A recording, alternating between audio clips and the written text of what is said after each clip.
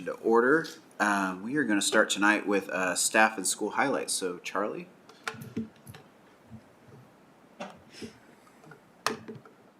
All right. Thanks for having me tonight. This is always one of my favorite events of the year, an opportunity to recognize one of our students and a couple of our phenomenal staff members. So first, I'm going to introduce our student.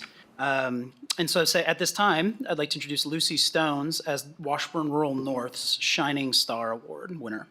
Lucy's a 7th grade student at Washburn Rural North and is certainly most deserving of this recognition. One thing that stands out about Lucy is just how well-rounded and active of a student she is. This school year alone, she's participated in volleyball, basketball, track and field, orchestra, Scholars Bowl, National History Day, Battle of the Books, and the first ever Washburn Rural North talent show. She's so involved, in fact, that she is not here this evening as she's currently running a relay at our track meet over that's being hosted by Washburn Rural Middle School. She's not only participated in each of these events, but has shown an aptitude for a high level of achievement in each of them. Lindsay Dowell, our Washburn Rural North gifted facilitator, shared this about Lucy. She said, "Lucy embodies what it is to be a WRN Raven. She is highly driven and mature with just the right amount of middle school kid enthusiasm. She is thoughtful and kind and is a role model for her peers. She isn't afraid to speak up and stand up for herself and others. She works hard and strives to do well in school. Her competitive spirit and pride in her school make her the ideal teammate. And in fact, Lucy is a joy to know."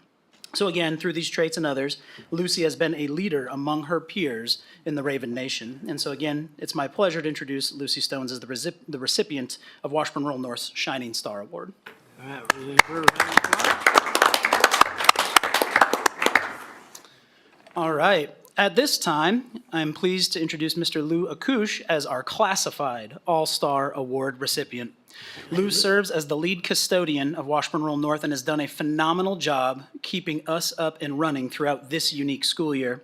Being a lead custodian is a challenging job in and of itself, but being the lead custodian of a brand new building with all of the quirks and kinks not quite worked out is a monumental task. Lou has not only risen to the challenge, but has done so always with a smile on his face. One Washburn Rural North teacher said this about him, quote, "One of the things that stands out most about Lou is the gracious way in which he serves our school community. When he does something for someone in our building, whether it's getting more chairs, cleaning up a spill, or moving very heavy items from one spot of the building to a place that couldn't be further away from its current location and still be inside the building, he does it with such kindness and grace." Randy Stones, our media teacher, said, "Adults and students alike respond to this manner of his. Kids know his name and know he cares. In the first ever Washburn Rural North yearbook, a 6th grader chose Lou as his school hero, citing that Lou stops to talk to the student and his friends every single day at lunch. Our publication students," Randy goes on to say, "are working on a project for the WRN staff video right now, and one of their priorities is how to work Lou into the video. He might be tired of posing for photos, but the kids would never know it. We are so blessed that Lou chooses to call Washburn Rural North home." And I say, indeed, we are blessed that Lou chooses to be a part of the Raven Nation, so please join me in congratulating him as the recipient of our classified All-Star Staff Award.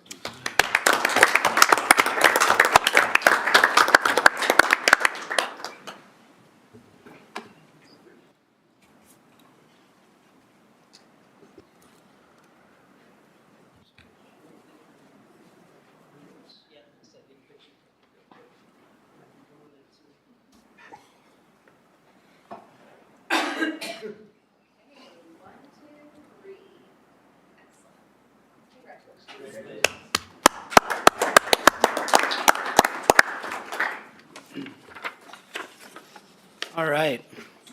It's now my distinct pleasure to introduce our Certified All-Star Award to Mrs. Terry Heim.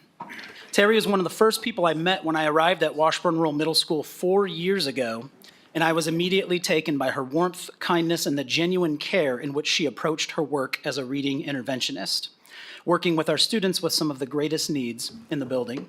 In addition to her calm demeanor and gentle approach, she is a master of her craft like no other when it comes to literacy instruction. It is not hyperbole for me to say that she is a legitimate titan of our industry and has changed the lives of countless children through her expertise. Dr. Ryan Fullerton, the Washburn Rural North instructional facilitator, shared, Terry Heim goes beyond simply being knowledgeable in her craft. She is a legitimate expert in literacy instruction. Her expertise has led her to be an asset and leader not only within our building, not only within our district, but on a national level where she has played a role in preparing literacy specialists from around the country. Her labyrinthian knowledge of the relationship between student needs, high-quality instruction, and literacy development marks her as a professional who all can approach knowing they will receive reliable, well-considered feedback. This is evident beyond our building, as Emily Collins, an accomplished reading interventionist at Indian Hills Elementary School herself, once told me that, quote, Terry Heim is who I want to be when I grow up. Indeed, Terry is a colleague that is revered amongst her peers, and we are lucky to have her be a part of Washburn Rural North this past year. It is for this reason and many others that I am pleased to present the award to Mrs. Terry Heim. Nice.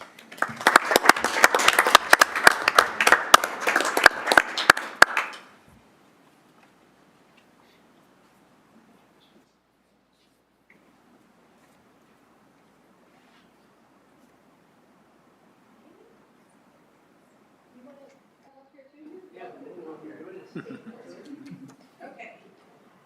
1, 2, 3. Excellent. We'll let you.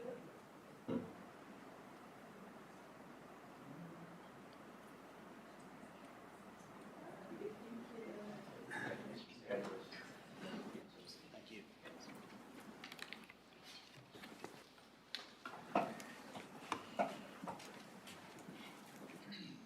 All right, thank you, Charlie.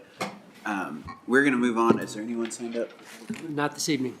If you were here for recognitions, feel free to stay if you'd like, but if you would like to go, this is a great time to do that. So, all right, thank you guys. So we will have roll call. Everyone except for Shanoa Emery is present. And then we'll move on to 3.02, which is approval of the agenda. Mr. President, I would move the agenda as published. Second. A motion and a second. All those in favor? Motion passes 6-0. We'll move on to disposition of business by consent. Mr. President, I would move that the Board of Education approve business by consent, including payment of bills in the amount of $594,918.35. Second. There's been a motion and a second. All those in favor? Motion passes 6-0. We'll move on to administrator reports. So 2026, 2027 student capacity. Yes, I'll take the lead on the first topic. So as a friendly reminder to the board, for 3 years now, there's a law in place that all school districts in the state of Kansas need to create capacity by building and also by grade level. And they need to post that capacity in some form of a chart on the district website by June 1st. So now that we're in the month of May, we have our chart ready to go. We typically post it early, so we post it during the month of May. So this is currently posted on the website. And it's driven by, at the elementary level, the board-approved class size guidelines that is in place for kindergarten, grades 1 through 3, and grades 4 and 5. It's driven by, at the middle school level, by the number of sections that we offer and the capacity that we have in enrollment, as well as just overall general capacity within the building. And then likewise, we do the same approach at Washburn Rural High School. Looking at the space of how many kids we can hold in the cafeteria, what the cap size guidelines are for some of our elective classes.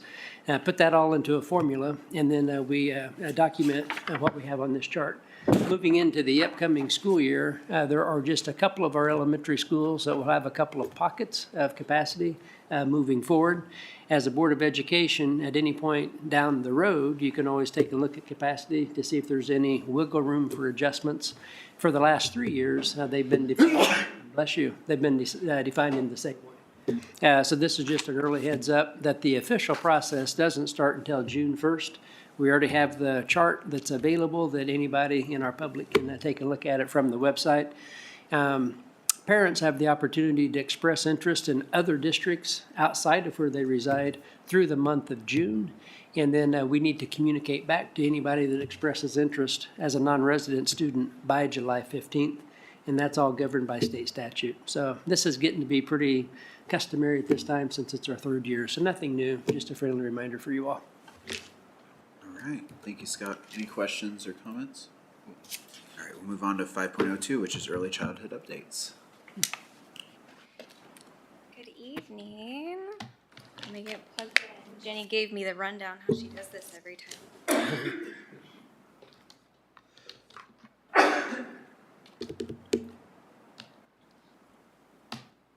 It's gonna work. Okay.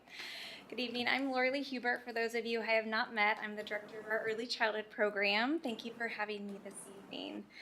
I was excited to come and just kind of share all the things early childhood as we keep growing and just kind of keep you updated where we are. Since there are some new people on the board, I wanted to share a little bit about our current 12 classrooms are either early childhood classrooms or early childhood special education classrooms. That means in that special education classroom, 50% of them are receiving some type of service on an IEP, and the other 50% are identified at risk or they're part of our community inclusion peers.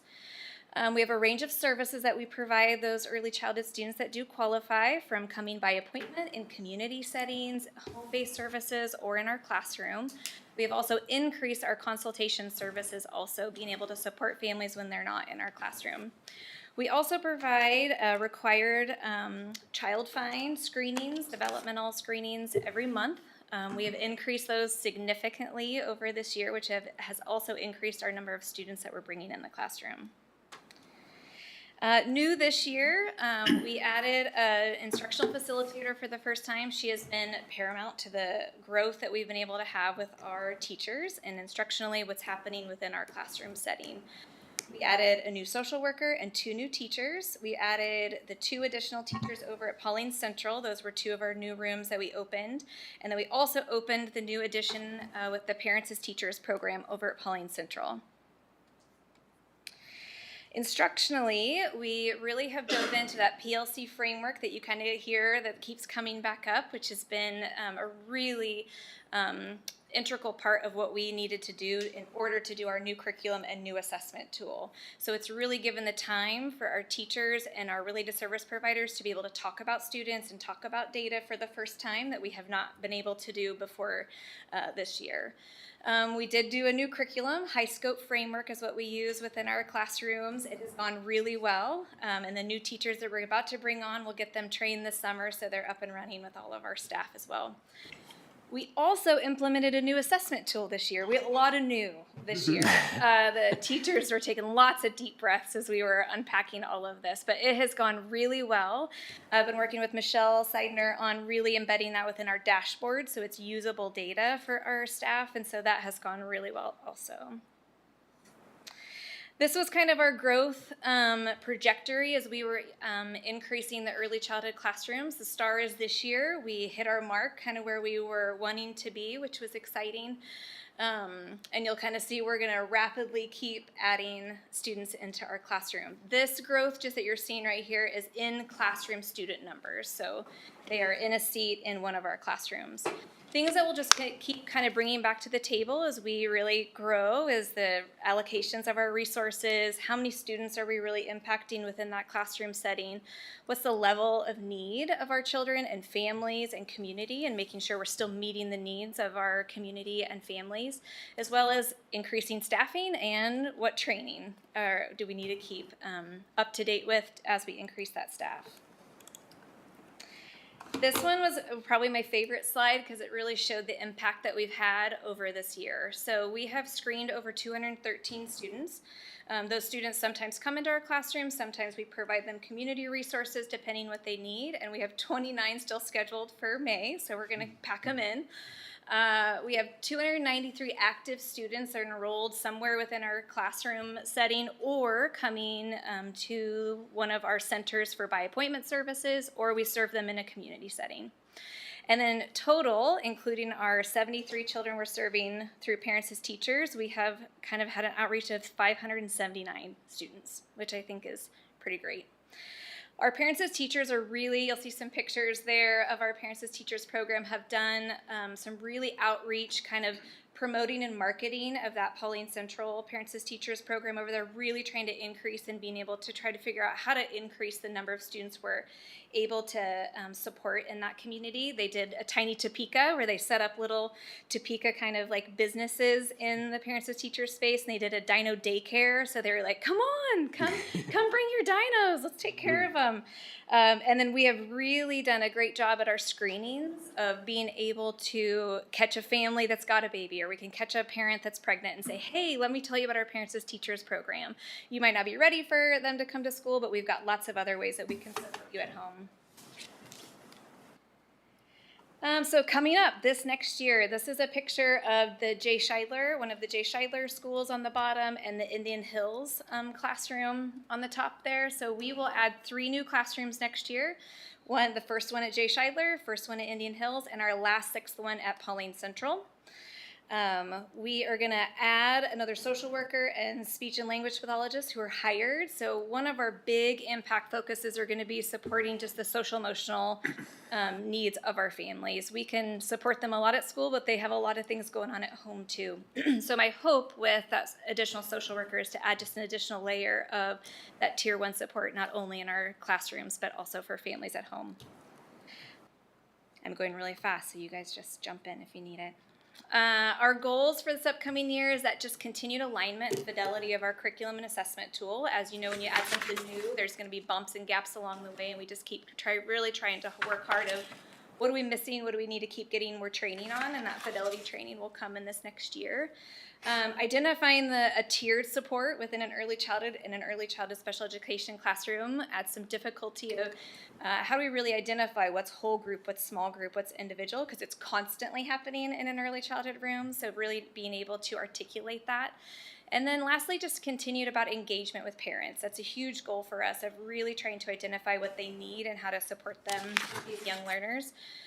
This year, our Parents as Teachers coordinator and our social worker ran a Love and Logic participation class for parents. It was kind of a Love and Logic light, we called it, just to start to introduce that program to families. So one of our big hopes is to increase that, purchase more booklets, and try to run that support for families this next year. And I just thank you guys. There's a big investment happening with early childhood, and we could not do it without your support. It is a fast-paced, growing program, and so I'm excited to keep supporting it, as well as really thankful for you guys to really keep driving the support for us as well. Do you guys have any questions for me? How many total classrooms do we have in the elementary community in the district now? We have 12, 12, in okay. 4 of the buildings, and so next year we'll have 15 in 15 total. 6. Okay. What are the age requirements for the Parents as Teachers program? Like, is it just if you have a baby? Prenatal, it could be during pregnancy as well, all the way up to age 5. And how's that being funded right now? Just by the school, or are you guys, are there other funding sources? They have out a there? grant that they apply for every year. So Shauna Hall is the coordinator, and she writes a grant, and then our district has to match that grant that the state and federal government gives them. Yeah, that's great. I was trained early in my career in Parents as Teachers, so Yeah. it's a great program. So yeah. Well, we could use it. You want to need more male support? That's all right. Let me check in. Yeah, it's a great. I don't think my program. certification's still good. Yeah, they actually also just got trained on the 3 to 5 curriculum. So there's a 0 to 3 curriculum that they all were trained in, and that's what they were kind of living in. And what we noticed with our wait list being so big is we had to group them for 3 to 5. We really needed to partner a little bit more with our 3 to 5 kids that aren't coming in quite, or they're not quite ready to be in a school building yet. And so they all got trained in that 3 to 5 curriculum as well. Yeah, that's great. Yeah. Other questions? Thank you for your Alright. time. Thank you very Thank you. much.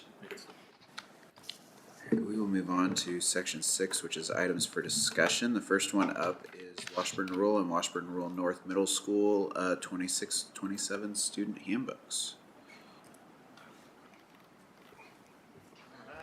Good evening. If you don't know me, Mike here, principal at Washburn Rural Middle School. And if you were here last year, you know, we kind of did a heavy lift with our student handbooks as we split into 2 middle schools and made some consistency pieces with that. So this year, if you want to click the revision summary, that'd be great. Most of the tweaks that we made on the Washburn Rural Middle School Handbook was just in wording, things that just didn't sound quite right, spellings or, different sentence structures, things like that. But really, like early release schedule. If you ever read our student handbook, we had like a fast time, we had early release, we had testing, all the things. We just made a name to Falcons because we're also going to have intervention time next year as we've been through the PLC process and looking for more time to provide intervention and enrichment. And so we just made a Falcon schedule rather than having 4 names for 4 different schedules for kids. We did a little bit at the bottom, like most of that, like I said, is wordings and different things like that. A little bit with dress code. We added a few things like onesie pajamas is not being able to wear. We had some kids this year wearing onesie pajamas, which was fine, but they would get overheated really quick and need changes of clothing, and some were getting dehydrated because it was just too hot. So we just added that to that, as well as coats in the classroom. That's more for safety. Coats on chairs, tripping and falling, and as we prepare that. So the big changes, though, or the ones that are more to look at, was the schedule changes, and then of course our cell phone policy. And if you remember last year, we made a leap and went bell to bell, except for at locker time with kids, which was a really huge success, not only with kids but with parents. And as you know, with House Bill 2299, it'll be bell to bell completely away. So we do have wording in there about in lockers, in their backpacks, and inaccessible all day. So shouldn't be a heavy lift since we've done the major work already, but we will have that. And then along with the cell phones, then we updated the discipline matrix a little bit to add in there cell phone violations, those kinds of things as a level 1, level 2. That's just for not for first timers, second timers. We'll still go back to our original. If a kid looks at their cell phone kind of thing, we'll just remind them about the cell phone policy. If it, if it becomes a problem, then it comes to the office and they pick it up at the end of the day with a parent contact, like, hey, help us out. And then after that, then it becomes a parent pickup the second time, only if we've contacted the parent the first time. That's kind of our expectation for admin, is always contact the parent. And then we just added in there for future, like, could be lunch detentions, could be in-school suspension time, for those kind of things. So those are the big things. Like I said, most of the other things, just small wording to make it read better. So if there's any questions with that, I know Charlie's got a couple different things. Maybe that might be different. I know we worked hard again this year to make changes consistent for our kids and our families. So. All right, similar to Mike here, we didn't have nearly as many revisions this year as we did last year. Again, a lot of it being either cosmetic or ensuring that all of the information is up to date on personnel, Board of Ed, those kinds of things. Same thing with, as he stated, with the technology use guidelines, updating the cell phone policy based on that new law. I would concur with him. Students not having access to cell phones at lunch this year has been a tremendous success, both in how they socialize during lunch as a learning experience, so to speak, but then also with any of the other potential discipline issues that often come with cell phones being out during that time frame. Dress code, we added the onesie pajamas and coats to be consistent with Washburn Rural Middle School. The one thing that we added that was unique to us, and it's because of the features of the building. We have a lot of polished concrete in our building, and we found this year that students would come wearing slippers that did not have anything that gripped on the bottom, so either a hard sole surface or a rubber sole surface, and they would slip and slide up and down the forest walk. And so we went ahead and added in there that all shoes should have a hard sole on the bottom for safety of students. Same thing, we changed the discipline matrix to stay consistent with Washburn Rural Middle School as well. A couple other cosmetic things, security cameras. It still said that tapes would be used, and so we changed that to recordings to up to the time. Same thing with the polished concrete, snacks and drinks. We had, if you scroll down just a little bit more, Patrick, please. Again, when we have water spills, when we're on the concrete, it becomes a more significant safety issue. And so we added an extra layer saying that if a cup has a straw, it has to be leak proof, because we find that students have these ones with straws and we're still getting these significant water spills, which becomes a safety issue for our kids. And then similarly, no cans, just ensuring that we recognize that we should not be having those because those spill easy. And then the last thing that we added that our teachers found some struggles with this year has to do with fidgets. The specific language says added fidget sensory tools or stress regulation tools must fit within the palm of a student's hand, not contain any liquid or gel substance, and must not make noise. And then unless specified by student's IEP 504 SIT plan, use of these tools are subject to teacher discretion. We found students bringing fidgets in that were, the size of, a football or those things, and busting open the gel and those things inside. And so we want to ensure that if students are using them, that they're using them appropriately and in a way that is conducive to learning and not distracting. All right, any questions? Questions or comments? All right, thank you guys. Thanks. Next up for discussion is 6.02, which is the revised secondary science core instructional materials rules. Jenny. Hello, everyone. Self plugged in here. All right, so I am back with a request. Earlier this spring, I brought a request to you for some core science instructional materials that you approved. It's important to note tonight I am back not with an additional request, but a revision to that original request, and I'll walk you through that. So originally for middle school, there's a couple of changes here. So one is middle school, one is high school related. So the reason for the revision to the middle school request is that the original request was for an integrated 6, 7, and 8 material from McGraw-Hill Publisher. We are still going with McGraw-Hill, and that original request was for 6, 7, 8 courses. It would have required teachers to adjust their instructional bundles to fit the resource. And it had digital access, but it was very limited in terms of this is what kids can get. And then we were going to have to supplement with some additional things. The new request is a custom-built McGraw-Hill course. It's called an Uber course for all 3 grade levels. So we were able to work with the publisher and say, can you create exactly what we need for 6th grade, for 7th grade, and 8th grade? And they said, well, yes, of course, we can. It's just going to be a little different than your original request. So this provides 3 customized courses that are aligned to our Mastery 10, as well as our instructional bundles that are already in place. This was a huge weight off teachers' shoulders because it provides us improved access. Teachers and students can now have everything at their fingertips with the push of a button. And then we were going to, with this, need to get a few more additional physical copies so that we're not shifting from classroom to classroom, but that every teacher and every student has exactly what they need each and every day. Quick note, the content itself has not changed, so those preview access that you were given before, it's all the same information. The only difference is how that material is arranged. So that's the first reason for the revision. The second one is for high school. Can I add something really quick? Please do. So one important contextual piece that sometimes we have to work through on the back ends of these is how publishers handle licensing and packaging. So initially, the previous proposal had things that were in more structured boxes that would not allow the flexibility among the grade levels that we anticipated having. With this proposal, now they have access to the full gamut of everything, so they have a lot more flexibility in how they piece together the integrated pieces. That is a major reason why the revision is coming to you, not because the content is different, not because we didn't anticipate them having access, but it provides a lot more flexibility in the resources than what the initial proposal had in mind. What's unique about science in general is that the science standards for 6th through 8th grade are integrated, and so teachers in Kansas get to decide, here's what we're going to teach at 6th grade, 7th grade, 8th grade, as opposed to the state says, thou shalt teach this at 6th, and this at 7th, and this as 8th. Whereas when we get to the high school, we have a biology course, we have a chemistry course, we have a physics course.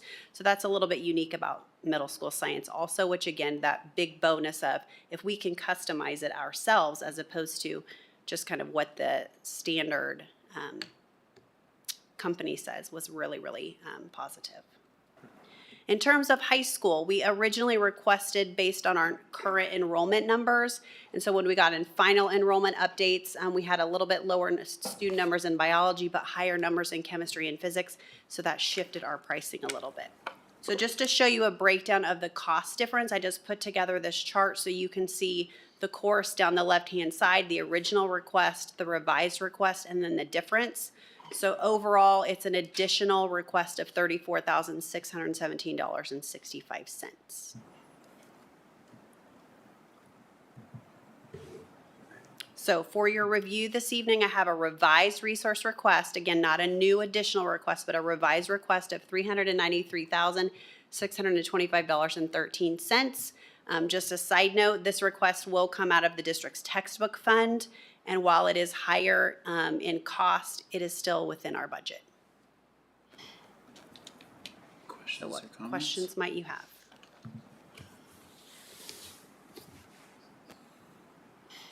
Sounds great. All right, thank you. Great, thanks, Jenny. All right, we will move on to section 7, which is action items. We'll start with 7.1, which is school course fee final read. This was increasing the ceramics course to match, right, Patrick? Correct. Any questions or comments? We would entertain a motion. I'd move the Board of Education approve increasing the fee for advanced ceramics to $40 for the 26-27 school year. Second. Second. Motion and a second. All those in favor? Motion passes 6-0. Thanks, Patrick. 7.02 is new and revised job descriptions final read. Job description that Chelsea went through last time. Any questions, comments, or would entertain a motion? Move the Board of Education approve new and revised job description for Coordinator of Early Childhood, Director of Student Support Program, Secretary for Student Support Programs, Data Engineering Specialist, and Student Support Systems Facilitator. Second. There's been a motion and a second. All those in favor? Motion passes 6-0. We'll move on to 7.03, which is the 26-27 administrator contracts. I'd move the Board of Education approve the administrator contracts as presented. Second. Been a motion and a second. All those in favor? Motion passes 6-0. Move on to communications. Jessica, Teacher Appreciation Week. Yes, so it is National Teacher Appreciation Week, which we actually treat as Staff Appreciation Week. It's one of 2 times of the year that we go out and visit every single staff member in the district delivering treats. This year we have partnered with Cashmere Popcorn. We're delivering snack size popcorn, little bags of popcorn. Today was day 1. We visited Washburn Middle School and then also staff here at the administrative building. And I'm going to pass out a schedule so you can see when and where we will be elsewhere in the district. Feel free to join us if and when you can. These treats are delivered on behalf of the AWNEA, the Board of Education, and the district. All right, thank you. At this time, the chair would move that we go into executive session to discuss personnel matters pursuant to the exception of non-elected personnel under COMA, to discuss the budget pursuant to the exception for employer-employee negotiations under COMA, and to discuss students pursuant to the exception relating to actions adversely or favorably affecting a student under COMA for 30 minutes. The open meeting will resume in the boardroom at 7:32 p.m. Second. Motion and second. All those in favor? Motion passes 6-0. We are in executive session.